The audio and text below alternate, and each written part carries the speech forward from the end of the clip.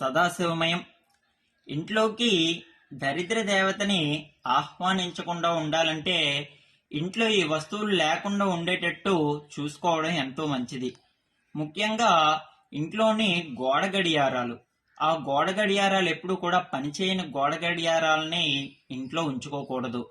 అదేవిధంగా ఇంట్లోని పగిలిపోయిన అద్దాలను కూడా ఎప్పుడు కూడా ఇంట్లో ఉంచుకోకూడదు. అదేవిధంగా మీ చేతికి పెట్టుకునే వాచ్ కూడా ఎప్పుడు కూడా అద్దం ఎప్పుడు కూడా పగిలిపోయి ఉండకూడదు. ఇటువంటివి ఉండడం వల్ల దరిద్ర దేవతను ఇంట్లోకి ఆహ్వానించినట్టు అవుతుంది.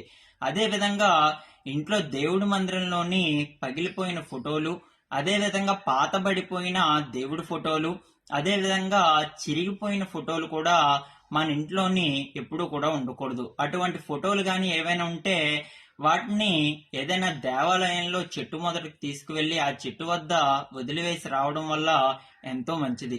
ఈ విధంగా చేయడం ద్వారా ఇంట్లోకి దరిద్ర దేవత అనేది ఎప్పుడూ కూడా రాకుండా ఉంటుంది. సదాశివమయం.